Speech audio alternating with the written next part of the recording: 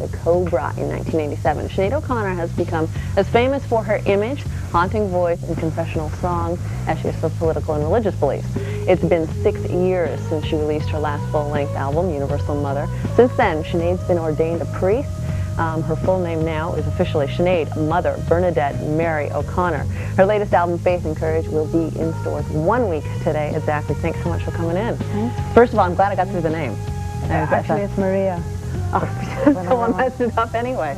So this new one, I have a chance to listen to it. I got it last night, a little advanced coffee here.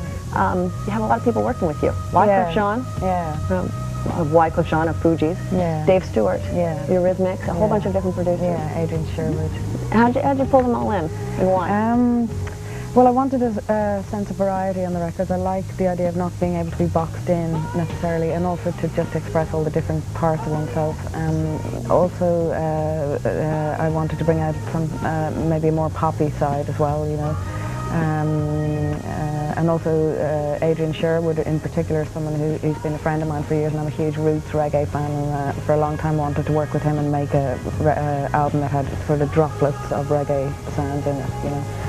I was interested when I read that, though, that you had all these different people working with you, because I thought there's an awful lot of sounds, and you didn't get too complicated with it. Well, it was interesting because each producer was kind of being asked to do things that wouldn't be normal for them to do. For example, Shakespeare was doing the track which is probably the most reggae-sounding track, where normally he would do R&B, and Adrian Sherwood was a total atheist, but he was doing the more religious type of tracks, you know.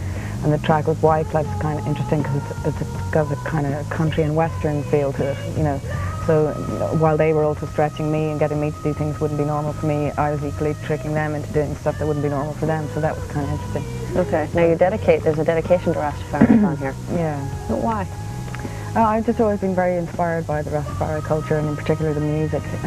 I like the sense of magic that there is around the Rasta religion. I like religions that don't withhold the magic, and I like the sense of God, of the presence of God in each person, which is around Rastafari. Like if I'm talking to you as a Rastafari person, I don't say you have work to do, I say the I have work to do. In other words, I acknowledge that I'm talking to your soul all the time, you know, that your soul has work to do or whatever, you know. So yeah, this acknowledgement that God is in every person. Now, religion's really figured into your life, I think, throughout your whole life. But, you know, when you came out and people said you'd been ordained into the priesthood, a lot of people talk, obviously, as media folks, you know, that's a huge buzz for us. We start to talk about it. Was there ever a point where you thought religion can sort of take over everything? And I would imagine the priesthood would be something you might be able to devote yourself completely. Ever a point when you thought you'd give up on the music and just get in, focus right on the religion? No, to me, music is a huge part of my priesthood, a major part of it. So music and singing. Yeah. Okay. So, and I guess most of us often think of giving it up, but I couldn't give it up because I love singing and making music and all. So. Okay, now the first video, No Man's Woman. There's a huge spiritual overtone. You start out in a church. What's the concept of it? It's talking about the idea of wanting to, it's very much a song which honours men, but what it's saying is, it's about someone saying that they don't really want to be a wife or a girlfriend, but they want to be in relationship with the spirit of men and the teachers who are men. Again, like I've been very inspired by Rasta culture, or by men, you know, in my life. It's about wanting to have a relationship with one's soul rather than that which is on the outside. You know, how we're brought up to believe that kind of the great romance will save us, you know. But the greater romance is the marriage that we can make between ourselves and our soul, you know, and that's kind of what it's about, running away from what's on the outside into what's on the inside. And there's a sort of a symbolic death and rebirth that takes place. But it's actually, where some people think the song is man-bashing, it's mistaken. It's actually, in the video, it's the spirit of men which rescue the person in the end and help her to be herself. Okay. You know what I mean? So it's very much an honouring of men, and in fact the album really is, because it's very much made by men who really put a lot of their soul into it, you know what I mean? And a lot of the songs are directed toward men and about men's issues. Thank you for clearing that up. I'm going to watch this video. We're going to watch it. We're going to play it for people at home. And we'll watch it. We'll come back and chat a bit more. Here it is, No Man's Woman. How serious is this for you? I didn't get ordained for publicity reasons, and that's why I feel it's very important actually not to discuss my priesthood at all in the context of publicising my album. Yeah, it's something that should be kept very private, and equally I didn't do it as a disrespect to anyone, and it would be, I think, disrespectful for me to make a public issue out of my priesthood. Why did you do it? Well, again, as I say, I can't talk about it, and I understand why you have to ask, but I feel it's terribly important not to talk about it. So, Okay. I think it should be obvious to anyone who really understands my music or who knows me, you know what I mean, why I would have done it. So, Okay. Growing up, the priest that I knew had to be celibate. Right. Do you have to be celibate? No, I can't talk about Okay. it just at all, because it would be very disrespectful for me to do that. It would be disrespectful to those who are uncomfortable with the idea of female priests if I were to sit here.